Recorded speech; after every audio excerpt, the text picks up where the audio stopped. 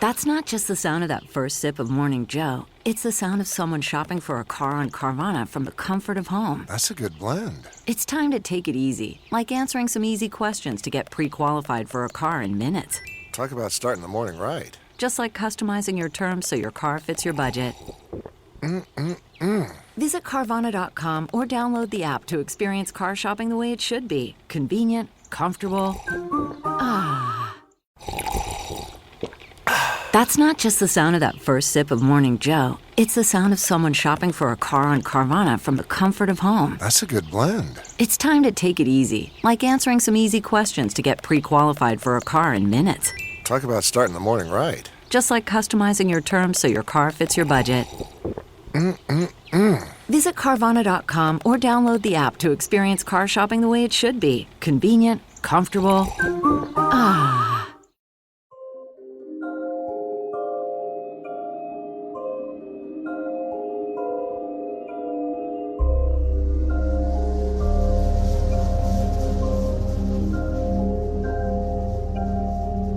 During World War II, one of the most feared weapons of the Axis forces were the supremely effective German U-boat forces. Responsible for a majority of the sinking of supply ships and materiel convoys, the submarine forces proved formidable even after their codes were broken by the capture of the Enigma machine. Allied naval forces were searching for anything that would give them an edge in the Atlantic. In the early hours of June 22, 1943, within the waters of the Philadelphia Naval Yard, a witness claimed to have seen a 1,200-ton U.S. Navy destroyer surround itself in a glowing green shroud and disappear from sight, only to reappear minutes later. This is said to have been the first test of a technology designed to completely hide a U.S. Navy ship from enemy detection. But according to some sources, the second test did not go so well. Why was the second test a failure? What happened to the crewmen on board? Did the experiment produce unexpected results that led to other secretive military projects? Join the theorists as they produce the 1.21 gigawatts needed to keep track of the theories around the Philadelphia experiment.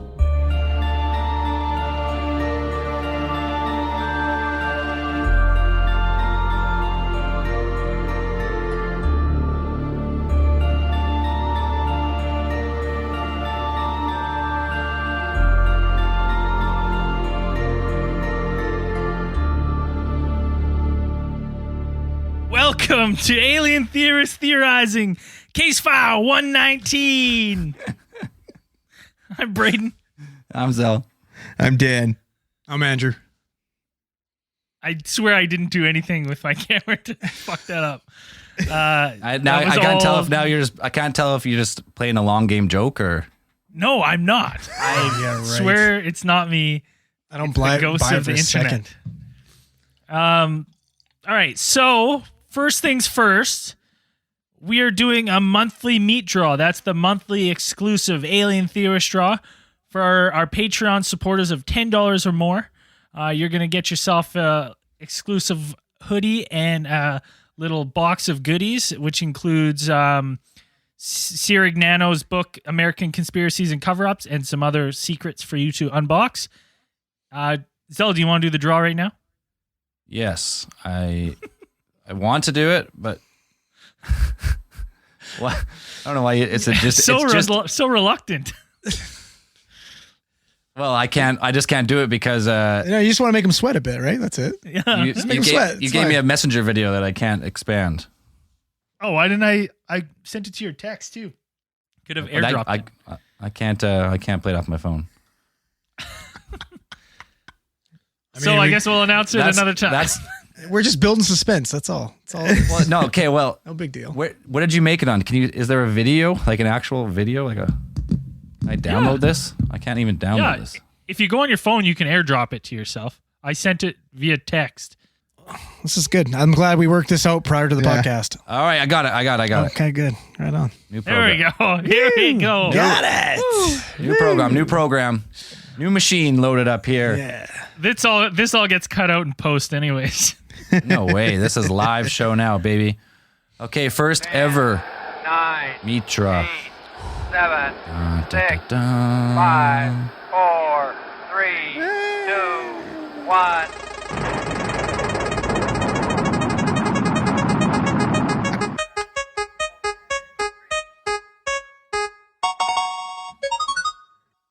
Oh shit! Oh, Andy Taylor. And it's playing again. First winner. Congratulations. It's playing again. It's going again, but we got it. The first winner, Andy Taylor. We'll reach out to you, get your information, what size sweater you want. Congratulations. If you want in on the next meat draw, make sure to get your Patreon entries in now. Oh yeah. Dan, what are we talking about today? Today we're talking about the infamous Philadelphia experiment, the often requested and never discussed by us until now. We've probably getting a request for this like once every week. Somebody says Philadelphia experiment. So that's what we decided to pick up today. And we'll kind of, that's a nice title screen. There it is. Wow. I'm just right on the live stream game today, boys. Like just fucking just Zell's killing it. 100%. He's full throttle right now. We're on it. We got this. It's been one of those weekends where you end up scrambled. So here's how the Philadelphia experiment boils down. In the summer of 1943, there was a ship reported to be in the Philadelphia Naval Yard. And this ship had been outfitted with a certain experimental tech, which in concept was going to allow it to disappear, not just from radar, but completely disappear visually. So witnesses reported that this ship, which had been equipped with this special technology, produced some sort of green glowing aura and then vanished from its anchor position of where it had been anchored. So gone, completely gone. And then a few minutes later, it reappeared and came back. Now the legend goes on. There's no one aboard the ship at this time, is there? No, there were people. The first ship. On this one, okay. Right. Again, accounts vary. Right. There are Greatly. very Widely. I think there are very few corroborating stories to it. So there's a few, like some kind of stuff's overlaps, like dates kind of shifted when we were doing our research. When we compared notes and things like that, we saw like some of the dates kind of shifted around. So it's not 100% on where it was. So very well. I mean, that makes sense. If it was the first test was unmanned and they turned it on and the ship disappeared, came back. Then they had a second test. The second test was with an actual, if rumors are to be, believed. This one had a skeleton crew. Now, the ship was a U.S. destroyer escort, which usually has a complement of about 200 people, 200 to 250. So a skeleton crew, I'm probably going to say like 50 at that. Maybe this is a secret, military experiment. So I don't know how many people they would put onto it. Like just enough people to make the ship run. Pretty much. Is that what you're saying? Just enough to be able to like turn everything on, probably observe some stuff and probably maintain and take readings. I would think that you would put those people on the ship. And some reports say that these were hand-picked crew. So as far as that was, so maybe they weren't even the regular crew. They may not have even been the regular crew that had served on the ship, because the ship went on to serve in World War II. Probably the right type of crew who are in desperate need of money and don't have family, and I suppose probably that are some of the because those are probably some of the requirements, because if the witness reports are to be believed, what happened was some really weird stuff. So after this ship did the same thing, green aura disappeared and reappeared, there were a lot of problems. There are some reports that the cases varied. So you had symptoms of people who were like some people were just disoriented, some people suffered headaches, some people were seriously sick, and then you had some like Event Horizon shit where you had guys mashed through bulkheads. You had guys hanging out of the floor, like halfway in the floor. You know, you had semen bonded to the boat. You had semen bonded to the walls. Wait, of this ship. Wait. Semen Yeah, that's bonded what, to the walls. Semen. yeah. Semen everywhere. Semen everywhere. Everywhere. Semen on the Semen bulkhead, everywhere. semen on the floor. Semen on the floor. Riddled semen on with the semen. Now, ceiling, Dan, semen because on you're a the Navy walls. guy. You're a Navy guy. Is that any different from any normal fucking All boat in ships. the Navy? I mean, semen all ships everywhere. are filled with semen. So I mean, Full of semen. technically, it's the truth. I'm trying to be accurate here, guys. I thought it was going to take a little longer for the joke to be made, but Just a boat full of semen. Boat full of semen. That's it. People bonded into the metal, like Right, half melted hanging in. out. Yeah, That's what, like, I just would like to take a step back and just picture how that would play out. You know, like you step back on the boat and you kind of like take a look around and be like, okay, well, let's have a look and see how that goes. Hey, Frank, what are you doing up on the bulkhead there? I am the bulkhead. Why, you're like half man, half bulkhead? it's fucking. It's a perfect From night. then- It's a nightmare scenario. From then on, It's just any like you new got sailors, dudes- I just any picture new sailor coming onto the boat, it's like, oh, don't mind him. That's old bulkhead Bill up there. He's a staple of the ship. He's like, I just- aye, Captain. picture him like melded to the wall, like fucking Jesus on the crucifix.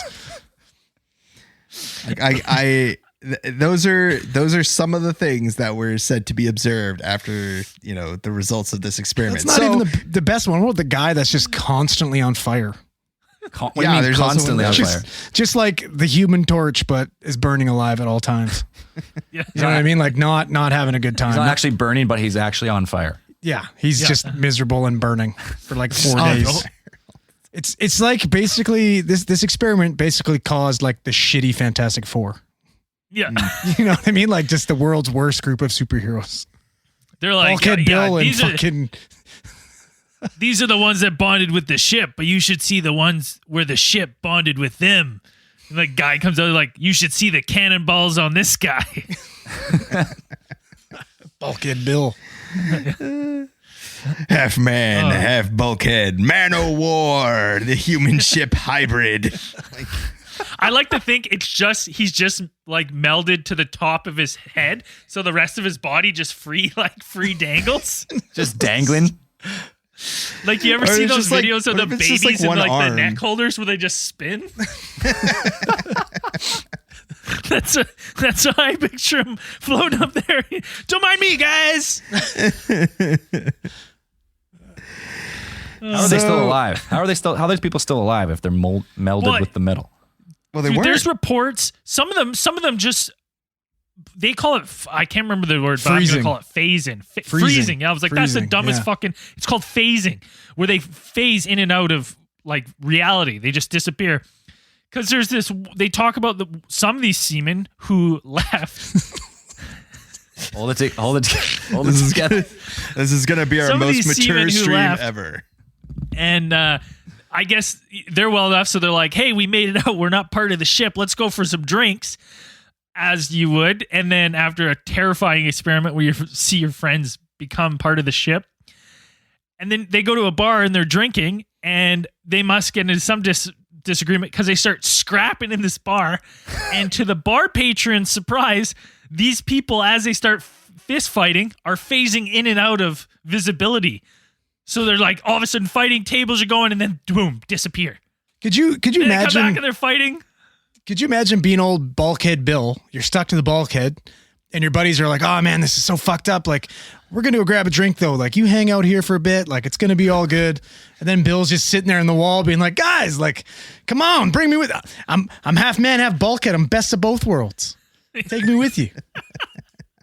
Best of both worlds. Right? Comes up again. Half man, half bulkhead. I I just hope All he fun. just dangled. Fuck. Half man, half bulkhead, all fun. It's fucking. I still like to have a good time.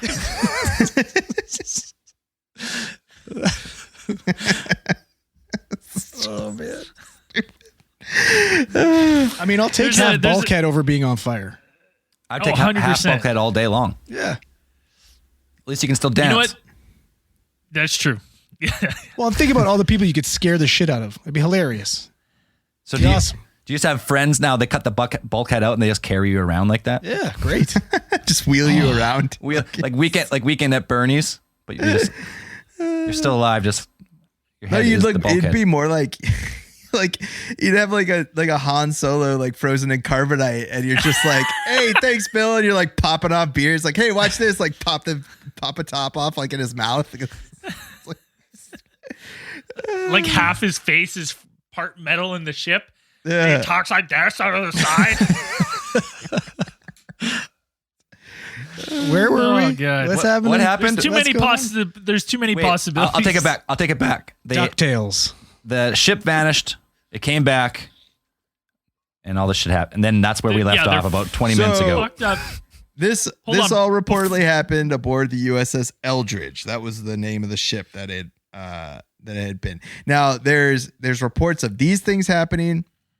There's reports that the ship actually teleported, like not just like disappeared, reappeared in the same spot, but actually disappeared, reappeared in Norfolk, Virginia, in the shipyard down where there's another shipyard down there. So it's south, about like 200 miles south.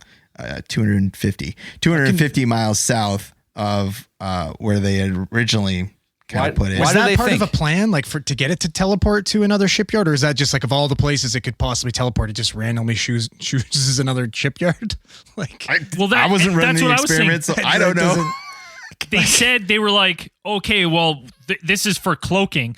And everything that I read and watched and listened to made it seem as if the teleportation was like, whoops. And I was like, well, that's a fucking pretty lucky whoops that it big appears whoops. at a shipyard. Like, fuck, what if it appeared in the middle of Philadelphia? This 1,200-pound ship just was like, boop, Middle of the street. right? You'd have Go crosswalk. Show Bill downtown Philly.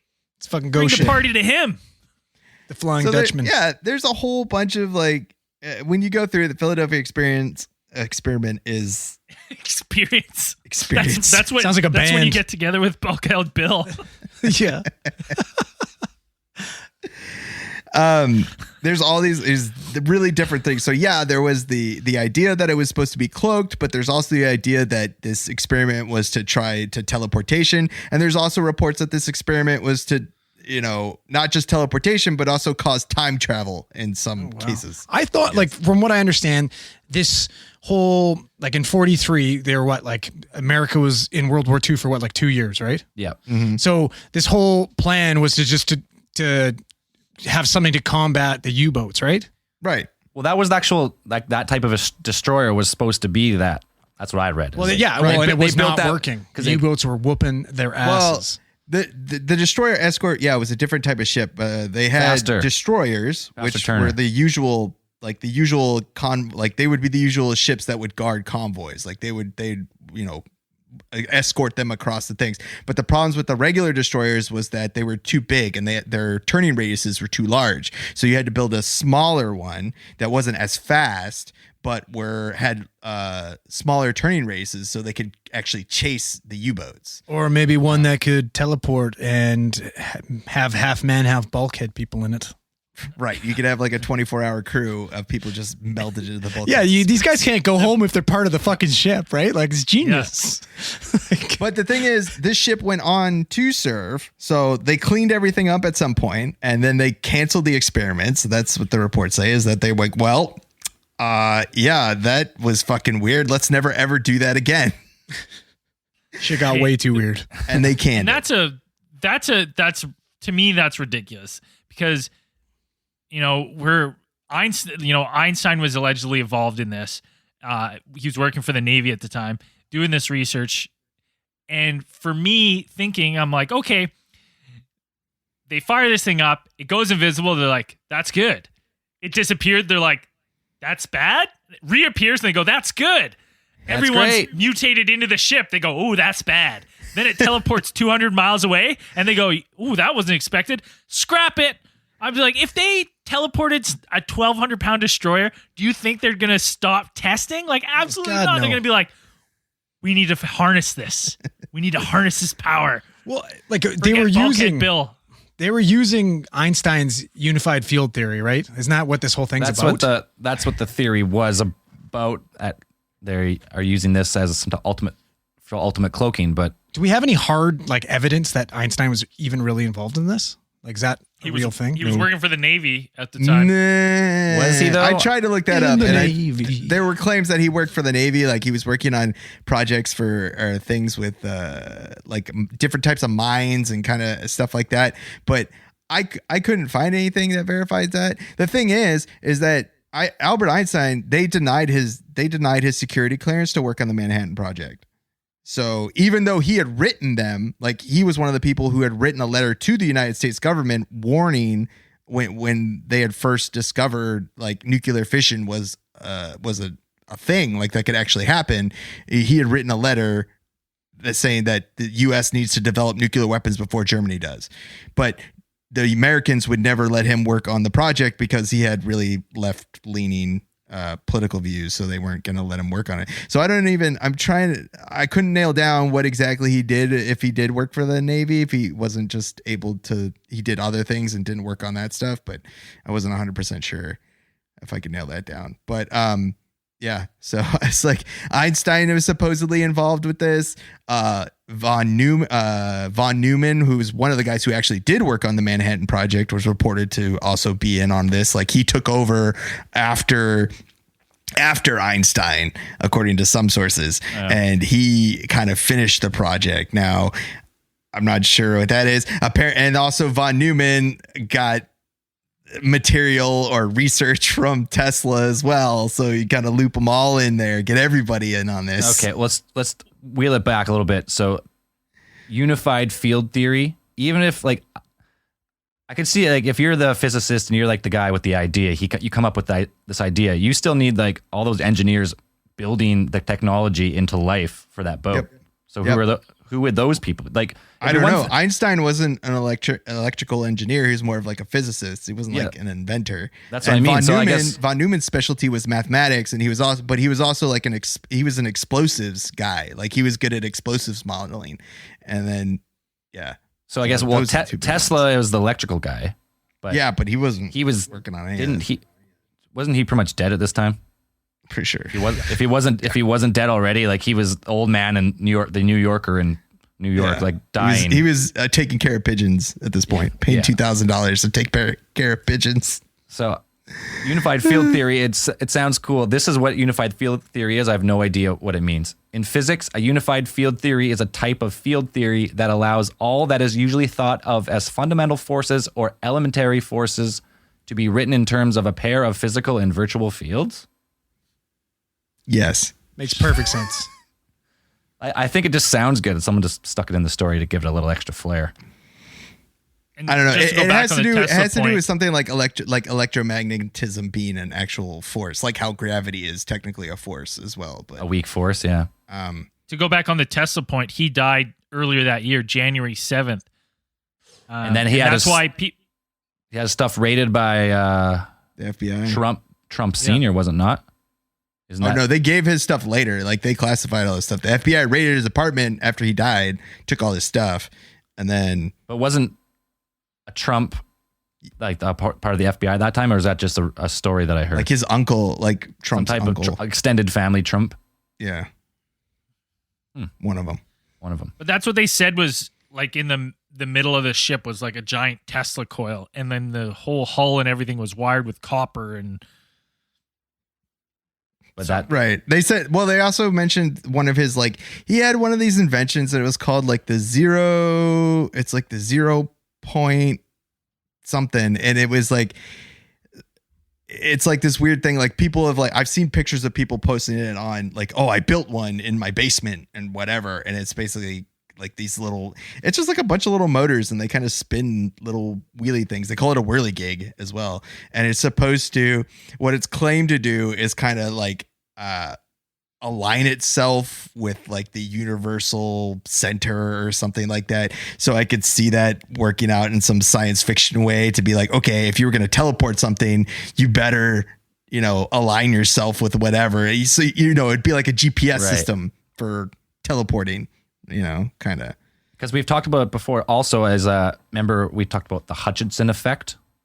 I was like the Canadian inventor working off the theory of Tesla's, and he could merge like matter together, like wood into metal or plastic into wood or like Bill into a bulkhead. Or like a bill into a bulkhead. That's what I mean. But like semen into a bulkhead. Semen into a bulkhead. Yeah. So this technology we talked about before, like in how some of the stuff in the World Trade Center seemed to be fused together, seemingly in one material. Interesting. Anyways, that's all I can think of for how they could have been molded into the ship. Because I don't know anything about unified field theory. That's the only way you can think that semen could have been strewn all over the ship. Navy ship. I think I have a couple other circumstances, but we'd have to stream on Pornhub for that. Yeah. This was their excuse. Like somebody came in there and be like, why the fuck is there semen all over this place? They'd be like, listen, man, there was some fucking green mist. Shit happened. We got teleported. I don't know. It was crazy. Clean up all these semen off the deck. They're part of the deck now. So this project gets shelved. They say it's too dangerous, unpredictable. We're never going to try it again. Right. And so nobody knew about this until about like 30 years later, something like that. No, nobody. No. 10 years later. 10 years later, enter, what's his name? Jessup. What's his first name? Morris K. Jessup. Boris No, A. Morris. Jessup. Huh? That's what I said. Morris. I thought you said Boris. No. What? Wait, what is it? Boris. It's Morris. Oh, Morris. Morris Jessup, UFO researcher.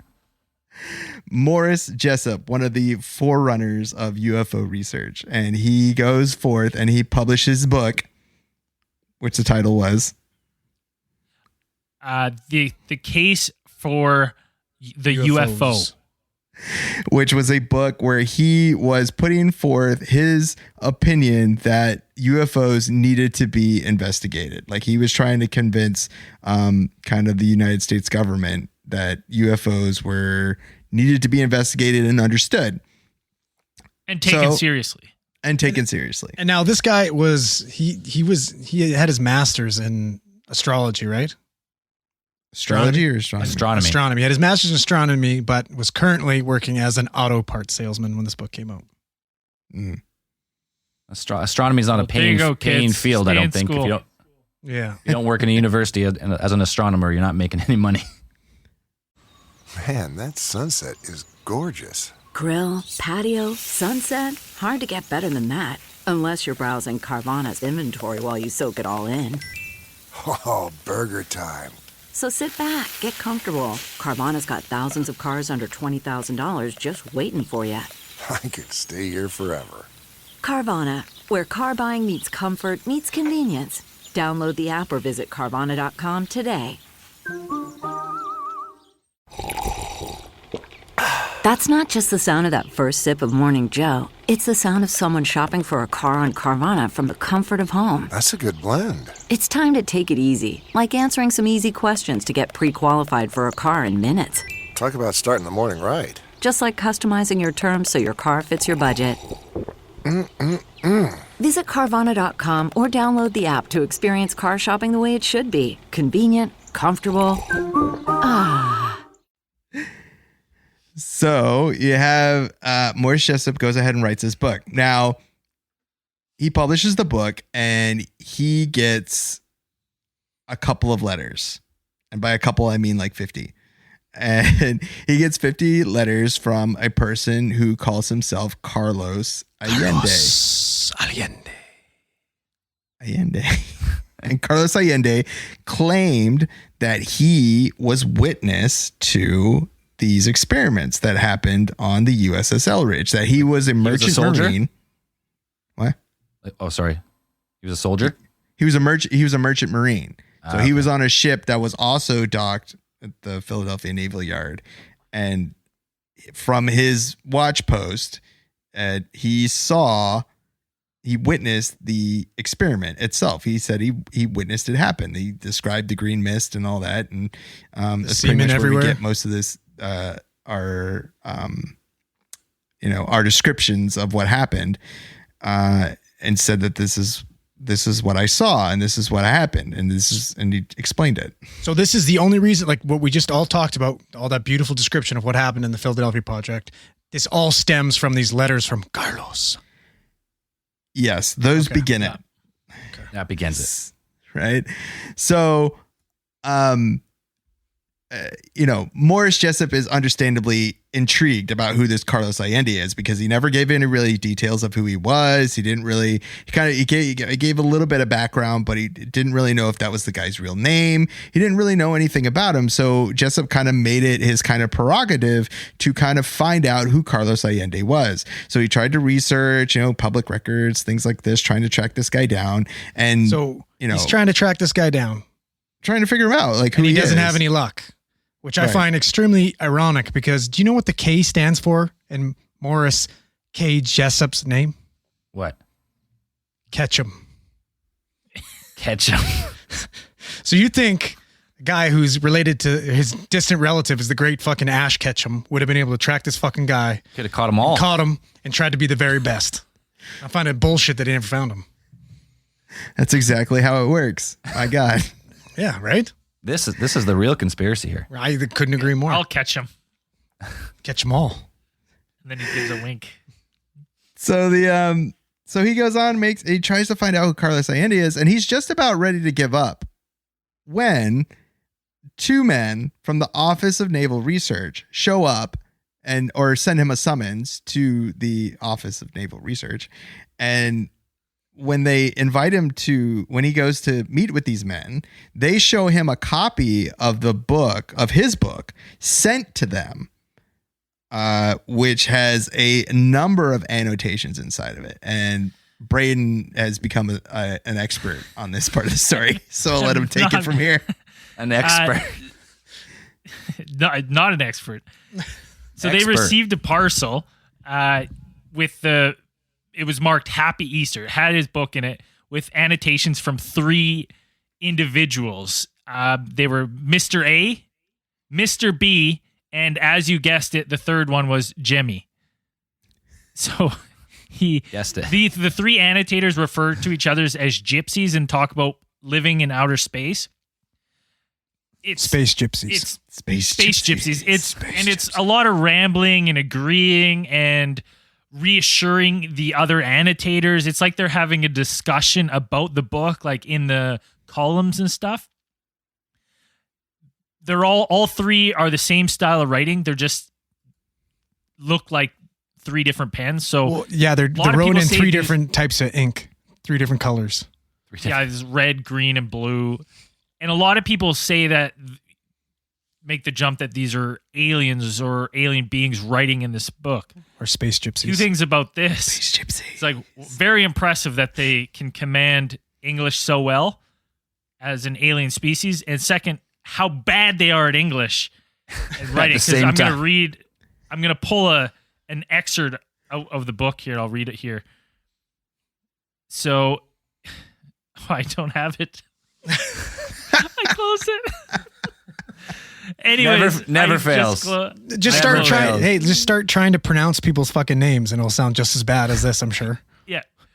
But everything, like all the English in it, if you look at the pictures, it's like big letters, little letters, capitalized. It's all over the place. Doesn't make any fucking sense. I'm just pulling it back up here. I closed it. Classic. Here it comes. There's my internet. Okay, here we go. And it's loading. It's like an old one of those fax loaders. Yeah. Got the top. But your internet is so good and so fast. Okay, here we go. All right, are you guys done? You want me to read it? Well, maybe. So here's some examples of annotations. And none of this is my bad pronunciation. It's all in the book. So here's the first example. I am not adverse to saying that a force field can make a man fly, for I have seen it done, and I know the cause of this flight, and I am not disturbed. Paris Exhibition, 1951. Scientists from Paris University demonstrated this. An app photo was sent to U.S. showing this action. And in a reply from the next annotator, U.S. Navy's Force Field Experiments 1943 October produced invisibility of crew and ship. Fearsome results, so terrifying as to, fortunately, halt research. You're like, what the fuck does that mean? What just happened? I mean, that's the Philadelphia experiment in a nutshell. Yeah, it's just a lot of gibberish in there, and it's a lot of it's pretty funny to read because it just doesn't make any fucking sense. So Morris Jessup gets a look at this annotated version of his book, and he takes a look at it, and he says, I recognize that handwriting. All of those handwriting belong to Carlos Allende. Carlos. He wrote it all? That's what Morris took a look at, and he said, I recognize the handwriting, and it said, this is all written by Carlos Allende. He looked at it, and having the vast amount of letters from him, came to the conclusion that all three were just the same person writing in different color pens. So Carlos is a space gypsy as well. They're all space gypsies. He's All of them. Everybody's He space is the gypsies. space gypsy. Space gypsies live in space caravans I'd fight you for it. with their space dags. Space Day. Anyways, so now here's where the story does kind of get well, you could say it gets a little weird. So Weirder. Jessup, after the publishing of his first book, he did publish 2 other books after that, I think, and they didn't do so well. And he was tragically injured in a car accident. He was divorced from his wife, and in 1959, he committed suicide. It was reported that he committed suicide. Suicide by how? Carbon monoxide poisoning. Oh, just put himself to sleep. Yeah, he ran a hose from his exhaust pipe into the window of his car in a closed garage. This was pretty good timing, though, wasn't it?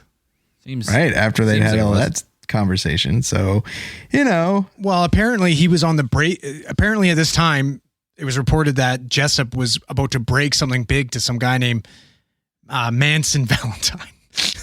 That's a great fucking name. It's probably the coolest fucking name I've ever heard in my life. Manson Valentine. sounds like a Manson dude from motherfucking Red Dead Valentine. Redemption. Right? Yeah. Yeah. Yeah. Guy, it sounds like a guy that wears That's a red dude. velvet suits. I'm Slicks his hair back. Valentine, and I'm fixing to shoot you at noon. Get the posse together. Valentine. Manson Valentine. Good fucking name. So he So- was going to break the news to some fake Western person he made up. Well, yeah, and this news nobody ever, Manson never got a chance to find out this news. So who knows? And he was the day he killed himself, he was on his way to go meet him. Yeah. So that's what brings people to believe that maybe he was silenced. Maybe he was on to something. Suicided. Mm-hmm. So the Philadelphia experiment doesn't really come back up until 1984. So in 1984, they released a movie called The Philadelphia Experiment, which pretty much describes the accounts, or, it describes the events of what supposedly happened according to Carlos Allende's letters, of the ship teleporting and stuff like that. I haven't watched the movie. I've never actually watched the movie. I No, think I it's haven't popped either. up a couple times. But the film, monetarily was not a great thing, but it's now become a cult classic. But one person who saw the movie, Mr. Al Bielek, said that the movie triggered repressed memories of him and when he had served on that ship during the experiments. So now Al Bielek, this guy comes forward and he says that he was brainwashed and his memories had been erased or, hidden after the experiment. Suppressed. Like after the experiment, he was one of the people who had experienced, Neuralized. some of the things that had actually happened on that ship. And they took him to a Navy. He said he took him to a Navy hospital and there he recovered. And then they pretty much had everybody sworn to secrecy on that ship. One of those kind of deals where it's like, if you tell anybody, we'll kill you and your family, or, and dogs hang you and- for treason or whatever. Yeah. But we know that Bielek's story was legit because he was actually half bulkhead. Yes. Where it counts. Imagine poor Al. Poor Al got his fucking mind wiped. He got neuralized, and he just wakes up in bed one day and he's half fucking bulkhead. The fuck. It's just like cut out perfectly around where it's fused to his skull. That was the true tell. Yeah. There might be something to this. That's how the story gained legs. Yeah. So now Bielek, his story wraps in a whole bunch of things. And I think we're actually we'll do another case file about specifically him, but Al Bielek's story ties the Philadelphia experiment to the also much requested Montauk project, Montauk experiments. So Bielek said that, this is kind of where we get more of the time travel thing from, because he reported that not only did the ship teleport, but also like flung some of the sailors forward in time to like, and like not just one point in time, but to like a couple, like 1987, and then like 2348, and then Jeez. 2739. And Bielek, you can go on YouTube, you can look him up, and he's got a bunch of lectures and things that he did, recounting his experiences from the future, describing his experiences as a purported tour guide during those times. He worked as a tour guide. That's what he said. Interesting. That's what he claims. So a tour guide of the future, which I assume is filled with space gypsies. I don't know. Space I guess so. gypsies. He said there was World War III that wiped out like a third of the planet. By space gypsies. Caused by space gypsies. That's correct. Yes. So that kind of covers most of the ideas of like what most of the people, when they hear about the Philadelphia experiment and how we think about it in pop culture, is that, I think most of the people see, I've seen a couple crappy sci-fi movies about the Philadelphia experiment, and it's always, teleportation, people melting through walls and, getting electrical powers or something crazy like that, stuff like that. So people have researched the Philadelphia experiment for a long time, trying to figure out like where all this came from, how it kind of cemented itself into Who's Carlos Allende? Right. Who is Carlos Allende? That's always been one of the big questions. Is he real? Right. So you had this one researcher, Robert Gorman, who began his research and his fascination with the Philadelphia experiment. And in 1979, he actually figured out who Carlos Allende was. He actually figured out his real name, that Carlos Allende was actually a pseudonym for Carl Allen. And Carl Allen was actually the son of a family friend of Gorman's family, from where he grew up. They were from the same town.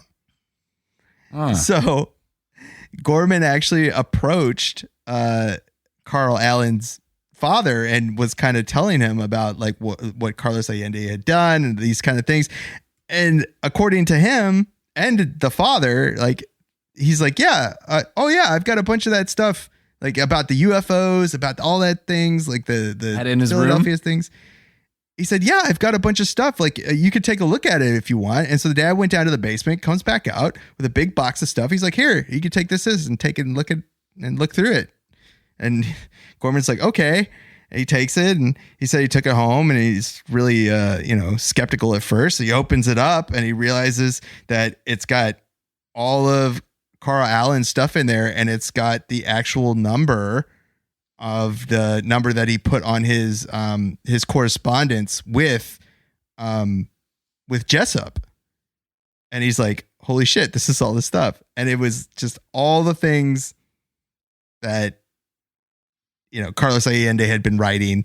There were books in there with the same handwriting and just about everything. All this kind of just, pieces of Allen's life that were, that showed that he was the kind of guy, that he would take these books, science fiction books and whatever. And he wasn't, as described by his brother, Carl Allen's brother, he says that he wasn't such a great student. He wasn't a great student, wasn't, all-star writer or anything like that, but he liked to read a lot. But his thing was to kind of annotate everything that he read, and he would write his ideas about anything in the margins around these things. Then he would take those books and he would send them to people to kind of either to the authors or to other people to see what they thought about his notes. And so he had done at least one of those with the Jessup's book. And so this was kind of like the guy's MO, was to do these things. And he'd send it to just everyone who he thought it might be interesting to. Right. Huh. So you can make the connection why he would write in the UFO book. And if he believed that kind of stuff that he was reading in the annotations, why, and if he was a Navy seaman, why he would send it to the Navy if he thought that someone might be of interest to it. Yeah. So you take all this stuff, and then at some point, I'm not sure about the exact year, and I'm not sure about the exact time, but Carl Allen had actually come forward at some point, realizing, he had it was believed that he was seeing that people were actually making money off the Philadelphia experiment. People are publishing tons of books. He had the movies coming out, and he came forward at one time, and he actually admitted that the whole thing was a hoax, right? That he had done all this, it was all fake. It was just something he made up. And then after he found out that people didn't really care that he had made it up, he then recanted and then said, no, it all actually happened. There's a great, first off, Robert Gorman in History's Mysteries is wearing the best outfit I've ever seen. He's got a little mustache. He's got some bang action happening. He's got like a burgundy like turtleneck on. And he talks about a time where I guess Carl was so mad at him that he had told his dad the only reason that Carl hadn't killed Robert is because he hadn't met him yet. And then it goes to Gorman and he goes, well, then we met. And I was scared. And he sits back in his chair. And then it shows a picture of Carl. And this guy is a wisp of a man. He looks a little crazy. He's got a history of mental illness as well. It's just a great, I'd recommend everyone going to watch the History Mysteries on Philadelphia Experiment. Cool. So the Philadelphia Experiment comes down to it. I think it kind of got away at some point. Like, I'm not 100%, like, I'd have to look at the actual notes of like the Varro edition, which people said that, like, they're actually rare, I suppose, it was said that the Office of Naval Research had actually made copies of the annotated version of Jessup's book, and they had distributed them within their office, or they had taken a bunch of them when they left. Like those two men had actually left their office. They took them with them, and so they've become kind of rare. So if anybody has one, take some photos. Amazon has a whole bunch. You can buy them for $40. So, but a real one, not like, I mean, like a first print, like, I'm not saying like the reproductions. I'm saying if you have the real one, which would be super cool. Now, so the Philadelphia experiment to me feels like something that just kind of like got really out of hand. One of the explanations is that the whole kind of invisibility concept, that part of the story was actually a byproduct of sailors talking about the process of degaussing. And degaussing is it's the construction of ships with electrical wires that are run through the hull, that when you electrically charge them, they basically like polarize or depolarize the hull of the ship, making it invisible to magnetic mines and torpedoes. And it's like a real thing. Ships still do it today. I know the ship that I was on had a degaussing thing. Like you could run drills about degaussing. They would do it, every so often when you're out at sea. But it is an actual thing. And so some people say that was part of it, that sailors were off the ship and they would talk about this, and they'd be at the bars and they'd talk about, that ship's invisible, you did whatever. And then people would just take it and props, Carl Allen took it and ran with it. Just came up with a really imaginative story about what happened. It is a cool story and definitely make for a good movie. I guess I haven't seen the movie, but I'm sure it's anyone seen it? Is it pretty good?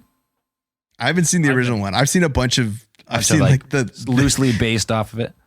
I've seen ones that are like the Philadelphia experiment, and it's like guys shoot forward in time or back in time. I can't remember. It was really bad. It's really, really bad. For me, I don't really. It was tough for me to get into this one just because the amount of time before anything came out of it. Like if it happened in, what was it, 43? Mm-hmm. It was like years and years and years before there was even like a hint of anything. Like usually with like big, like let's take Roswell, had like the news headlines, everyone talking about it right away. But this one, it just seems like the gap was so far before anyone really even knew about it. And especially tough. Like all the crazy shit that was reported to happen. It's like you don't think there'd be more about it. You think there would be more about it if you saw a 1,200 ton battleship just disappear out of a harbor. Like it's not something that just. Wait, did I? Dan and I were talking about this beforehand. It doesn't make sense that they would try this experiment with a brand new destroyer. Ship? Like that's the first thing that they're going to try it on. Like they would have tried it on a car or something smaller. To refute that, maybe you had to build a brand new ship with the brand new tech. If you're going to do it'd be harder to retrofit an old ship rather than build it right into the new one. But but if you didn't even know it worked, well, why would you even do it?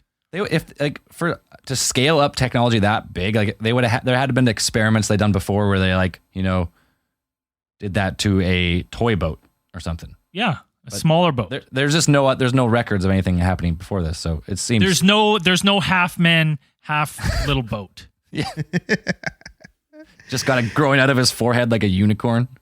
Yeah, and there was like the Inquirer did a story about the like they met with the crew, like I think in 1999, the crew of the USS Eldridge, which was reportedly the ship that the Philadelphia experiment occurred on, and they met and they asked all them, and they're like, no, we've never, like our boat never went to Philadelphia. It never went to Norfolk. And the ones that were on the ship, they're like, yeah, like we had crewmen who actually were there when the ship was built. Like they were on the ship as it was being built, learning the inside and out of the ship, and none of that ever happened. Well, there was probably semen on the bulkhead. That probably happened. Yeah, I found that the USS Eldridge DE-173, this was like the logs of the pier, was in Jaybird 17 in New York Navy Yard in Brooklyn, New York at 6:30, the day it said was supposed to be in Philadelphia. And you might want to say that logs can be falsified and things like that. And sure, you could say that, but then the fact is, it's like, it would have to be that log and everybody else's log that were at that place.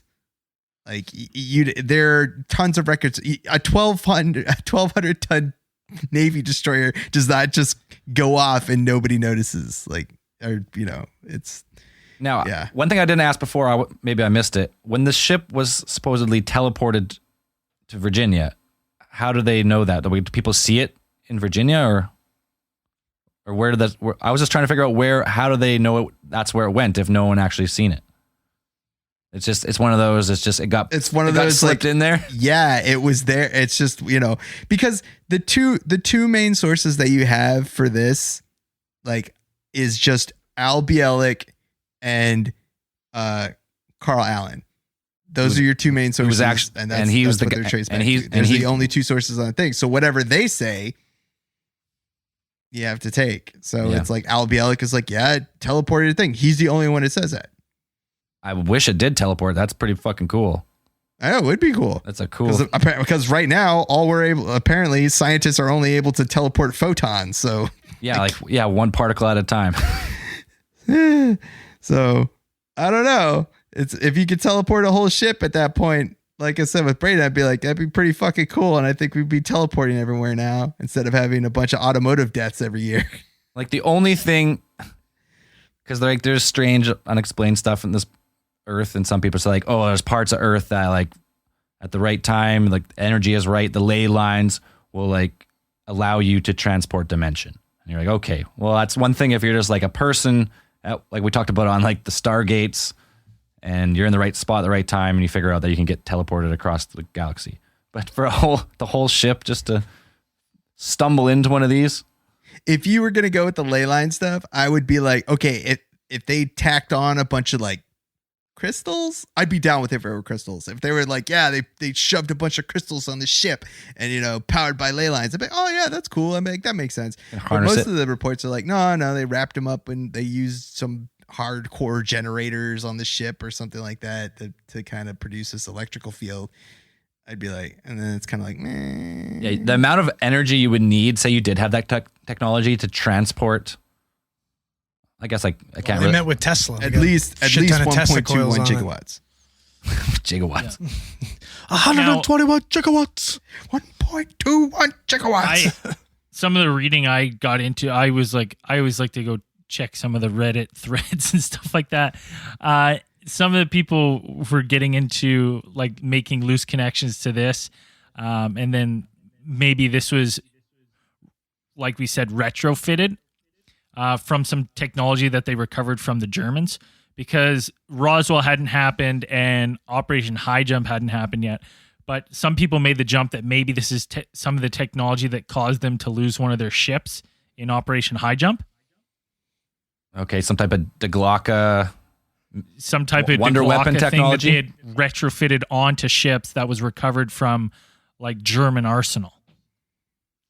But I mean, I love that theory. I think I was like, this one doesn't. I was like, if this were happen after Operation High Jump, I could make that connection from like Roswell and stuff. But to say like this is a precursor, I was like, nah. I was like, it just doesn't fit. Well, they'd be just developing. Developing the Deglocka at this time if you would go with that route. Right. And say they hadn't even finished the Manhattan Project. The Manhattan Project had just begun the year before, I'm pretty sure, 1942. But like they had just started. To entertain the theory that it's some type of Deglocka wonder weapon, Nazi. Wonder weapon. The timing doesn't fit. It just like, if they say they did get that technology in like the small scale that could transport the Bell, like how do you upscale it? Or is it once you have this thing, no matter, it just can teleport any object, no matter the size? Yeah, but I would think maybe they got plans for it and they tried it, right? Like, I would think that you would one of our see the destroyers. Bell. Like somebody would have saw them transporting the Bell. Maybe it wasn't the Bell; it was just the power source from the Bell, whatever it was. The Red Mercury element 115, baby, thrown into the bottom of that hull, spun up to whatever. Gone. Fucking semen everywhere. Semen everywhere. Semen everywhere. But yeah, I just don't believe it. It's a really tough one. As soon as you at the surface, very interesting, and then as soon as you start getting more and more in, you're like, what the fuck is going on with all these characters? Like, Well, it's funny because this ship was in service for how long after this? 30 years after? Oh yeah, Did no one at least that. like you'd think you see the remnants of people like the seamen in the bulkheads. You'd think you would Because see semen is really Well- hard to get off the bulkheads. Bulkhead Bill went on to live, a somewhat normal life. He went on, had a couple little bulkheads. he Settled saw down the somewhere. world. Yeah, like he lived the best he could after that. you got a good insurance settlement. Yeah. It's all good. I think they eventually the ship went on to serve in World War II, and then it ended up getting sold to the Greek Navy, and then at some point, and then after that they sold it for scrap. Like, and nothing after, none of the sailors or anything reported anything weird with the ship, which I think you would kind of get because I mean with these kinds of Well, you events, didn't want like to hurt Bulkhead Bill's feelings. well, I'm not right? saying You just want about to treat the, him like a normal guy. Just I'm a not normal saying half like, man, half mostly bulkhead. with people fused into the bulkheads, but I'm also talking about like because some people believe that or theorize that ghosts are kind of electromagnetic, anomalies or things like that, or Okay, yeah. that kind of apparitions can be caused by that. Like and that. some people were saying that was kind of an issue with some of the things. So I would think the ship would also kind of be haunted. Like I For would think it sure would be haunted. Well, it makes sense with the green mist because that's like the shit from Ghostbusters. Like, it's perfect. Ectoplasm. Right. And That I'm makes saying sense. if there was a group of sailors from the ship that had a bar fight in Philadelphia and they were phasing in and out of reality, there'd be more people telling that story than just fucking Carlos Allende or whatever. Looked like a Hear it fight on from History Dragon Ball Mystery. Z. You would have first-hand Just accounts to be fucking- like, I was at that fucking bar. It was a wild, like, I've never seen anything Wild. like it. Not one. Not one person. Nothing that I could find. Not And like anything. everything quotes is like the patrons were stunned. I'm like, were they? Because no one talks to them. That was a glaring issue They for got me. neuralized too. Everyone got neuralized. That's what happened. No, they brought him on the boat and showed him Bulkhead Bill, and they're like, "You want that shit to fucking happen to you? You better shut your mouth." Shut your fucking Us butthole. talking about Bulkhead Bill has the same amount of weight as the sailors phasing in and out and having a bar fight in Philadelphia. Bulkhead Bill's There's a real guy. just as much a likelihood that there's a half-man, half-bulkhead out there. We're actually gonna get Bulkhead Bill in the pod. I guarantee you Bulkhead Bill just made a Twitter account right now. Probably an Instagram and also a Facebook. And yeah, I wouldn't be surprised if you've seen that name on the Patreon here pretty quick. I'd love to get his support. Anything else? Any final thoughts on Philadelphia Experiment? I think it's a cool story. However, it really lacks any form of quantifiable substance. Yeah. Even just the smallest tangible substance. Little Not- But there's plenty of spin-offs, so there we'll be getting into those too. Yeah, Like, there's- does lead to other cool stories for sure that are a little funner to believe or fun to talk about. I don't know. Well, cool story. saying that, Zell, why don't you cue me up for a little space news? I wasn't sure. I couldn't remember what we're going with. Oh yeah. No auroras. First off the top. We're about to set 2019's about to set a space age record. So far this year, the sun has been blank, no sunspots for 261 days, including the last 24 days in a row.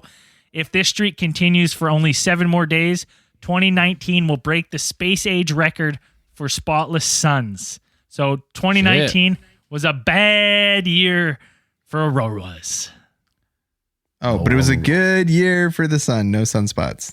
Clear complexion. Healthy sun. Clear complexion. What did I have here? Scientists blown away by unexpected results from NASA's sun-kissing solar probe. We're on that probe. Yeah. We are. We're probably the only I'm going to say we're probably the only podcast on there. What's it worth? It's the Parker solar probe. It is. Yep. That's us. We're on there. 4G's touching the sun. Fastest podcast on planet Earth. Imagine we were the It's only funny- podcast. That'd be awesome. That'd be fucking dope. Let's make that announcement. We are. We are the only podcast aboard the Only Parker podcast. Solar Probe. I don't think anybody else is. There's people. I mean, other people put their names in there, but I don't think anybody put the podcast. Yeah, our podcast is on there. Basically, all of this, like the report, I couldn't find anything that other was just like, it's astonishing what we've discovered and the discoveries of the data that we're getting. But I was like, other than like scientists finding out that the sun's radiation vaporizes cosmic dust particles around itself, leaving a 3.5 million mile dust free zone, I was like, that was really all I read. That I was like, but everything else is like, this is it getting so exciting. The probe's going to be attempting to get even closer to the sun during an encounter January 29th, 2020s. So there's hopefully we get some more information about what exactly they're learning. Well, they said that the magnetic fields that emanate from the sun flip back and forth, which is really weird. That. They didn't know that. It's going to cause a massive solar flare, vaporizing the Earth. Like back, who's that one guy who says that Earth got vaporized by the solar flare?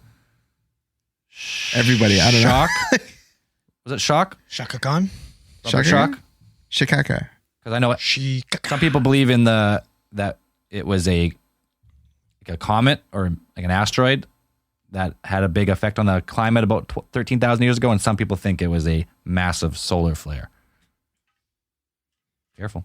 Could happen. Well, when did we learn about solar flares? Like, when is that? Since we got Like, good when did we telescopes, probably.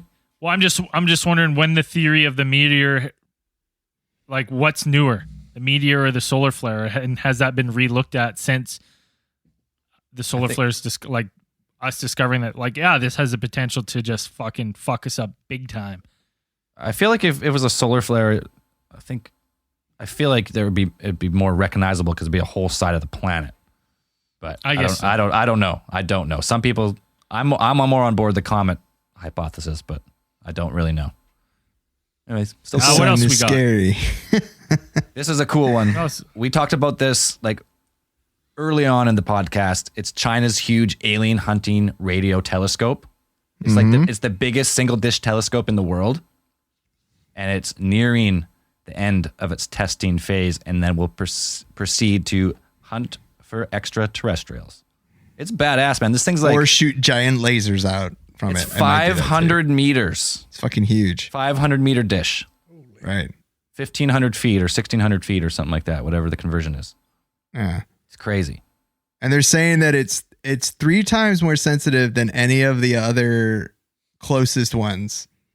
You see that? Like in size. Yeah, that's the one. That's huge. It's fucking It's crazy. gigantic. Look at those towers on the side. Those are like 300-foot towers. They look Looks like GoldenEye. fucking pinner. Yeah, it does look like gold. Well, that the one in GoldenEye is the one in Argentina, which is smaller. It's the same type. Like I think it's the same type. Same, but different. Right. They're both radio telescopes, and they're both built like in that kind of that kind of design. Yeah. The same design. But that one is way more sensitive than the one in Argentina. And the thing is, that's cool about it is that they said that they're going to be able to use this thing. Like we're getting closer. Like this telescope marks the point where we're getting closer to be able to actually detect gravitational waves On a regular basis? Yeah, and be able to like identify where they come from. And so you'd be able to technically be able to, because the theory is that gravity, although it's a weak force and everything has it, like everything has gravity. Yeah. And people, there's the theory of the graviton, which are like little massless particles, which kind of causes effect. That if we're able to kind of detect gravitational waves, you can basically suss out the entire history of the universe because everything leaves an imprint in like space-time and gravitational waves. So that's anything cool. that happens, you'd be able to track it down and you'd be able to find out like what happened. You'd be able to look back and follow the gravitational footprints about anything. So it's like we're getting there. We're getting very close there. Like the one was it LIGO? Like the first one back in 2015 that was like an array of telescopes, wasn't it? Right. And it's like yeah. There's also like the one that's like the laser kind of measure, like the measure device that they were using. Hypersensitive laser, yeah, whatever that was. Mm-hmm. and that one was actually only able to detect waves from a super massive event of two black holes colliding into each other, and we were only just able to do it. But as these telescopes get better and more sensitive, like the one that they're building in China, we'll be able to actually get better at being able to detect those gravitational waves. So it's pretty fucking cool. That's pretty sci-fi right there. That's pretty badass. Yeah. We got SpaceX is working on a fix for the Starlink satellites so they won't disrupt astronomy. Ooh. A couple weeks ago, we talked about the Starlink satellites being very bright in the sky and how amateur astronomers and astronomers alike are worried that this may interfere with research.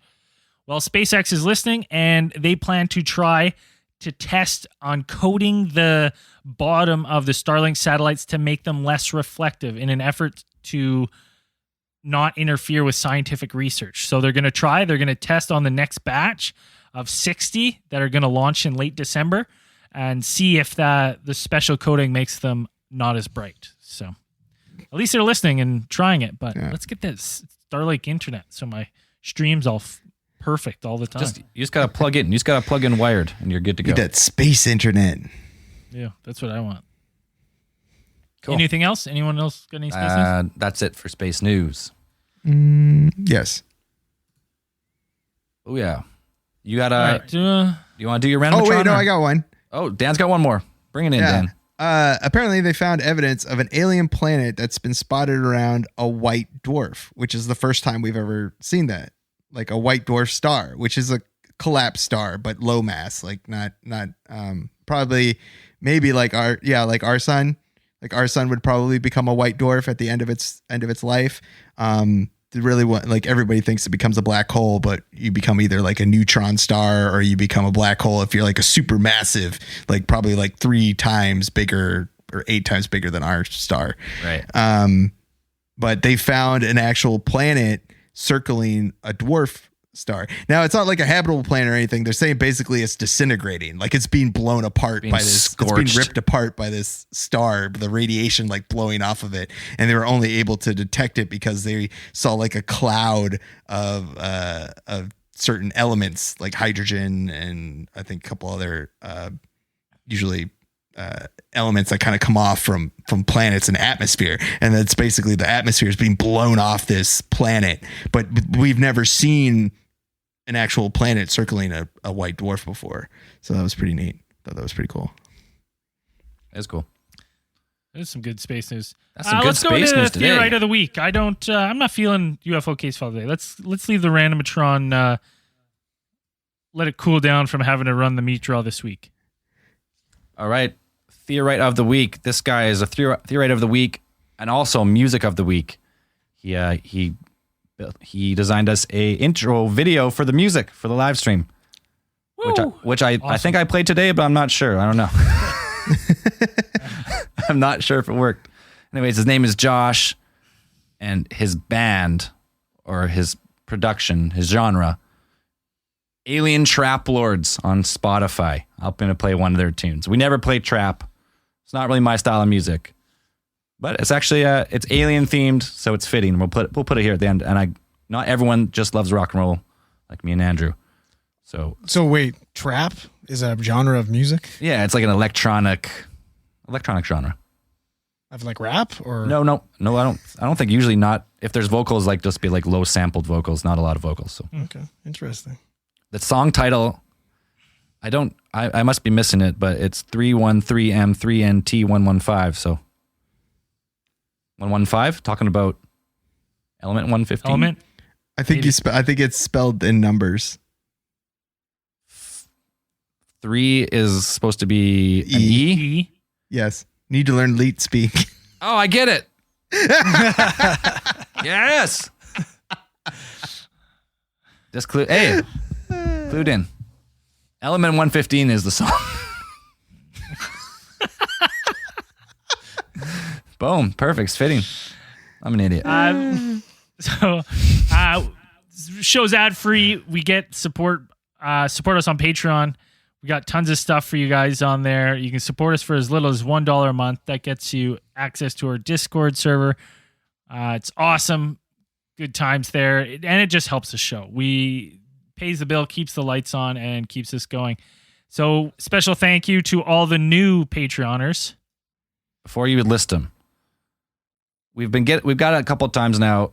Some people think that Patreon is just, you buy Patreon just for the bonus stuff. But really, if that's the reason you're going on Patreon, that's not the right reason. The reason is that we're ad free, and if you like the show and you want to support it, you do whatever dollar value, and then all the bonus stuff is a thank you from us for enjoying the show. That's what it is. That's what Patreon's meant for. Yes. We do more Patreon stuff than most people. A lot of people just don't do anything and just say thank you. So that's what we do. So if you're humming and hawing, that's the reason the Patreon exists. Because we hate ads. Fuck ads. Fuck them. Fuck the ads. Yeah. All right. New Patrons, Braden. We got them up? Yes. John and Marissa Barber. Oh, this is my new favorite name of the new Patreons. Amico Fantasma. Woo! Good fucking name. Trent It's Robertson. no Mason Valentine, but it's pretty bad. It's like some sort of magician. Phantasma.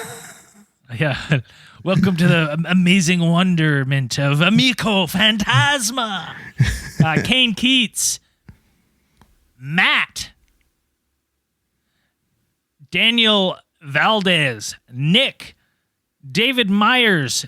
Kimberly Myers. Whoa. I wonder if they're Relation? relation. Any relation? Eric.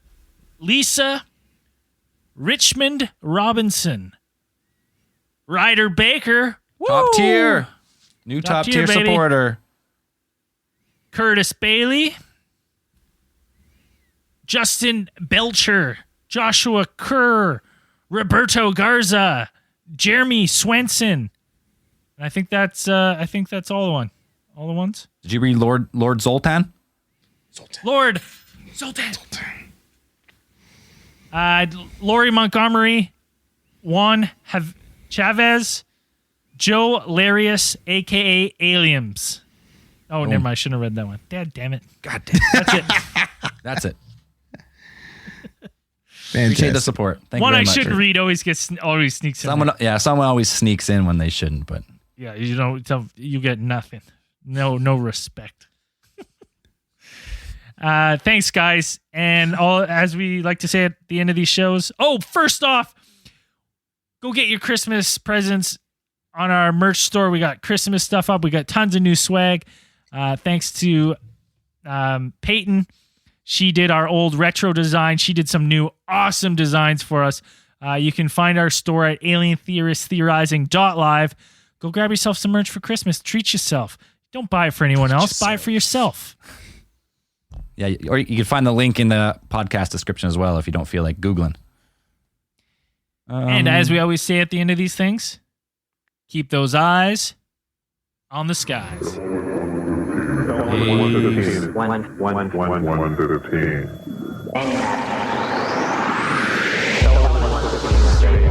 What is element 115? 115 is strictly an extraterrestrial material. It probably occurs naturally in some other places, maybe other star systems. And some people not familiar with science or chemistry say, well, that's ridiculous. All the elements occur on Earth, but that's not true. And there are elements on the periodic chart that aren't found on Earth. Element 115. Element 115. The thermionic generator is 100% efficient, which is in violation of the first law of thermodynamics. But in fact, it works. Element 115 is stable. 115. We know that elements with higher atomic numbers have shorter and shorter half-lives. However, when you reach a certain point, they call it the island of stability, somewhere around 114 to 116. Element 115, the nucleus of the atom, is geometrically stable with protons and neutrons, where it no longer decays. It's not radioactive. 115 is in fact this element. 115 is in fact this element.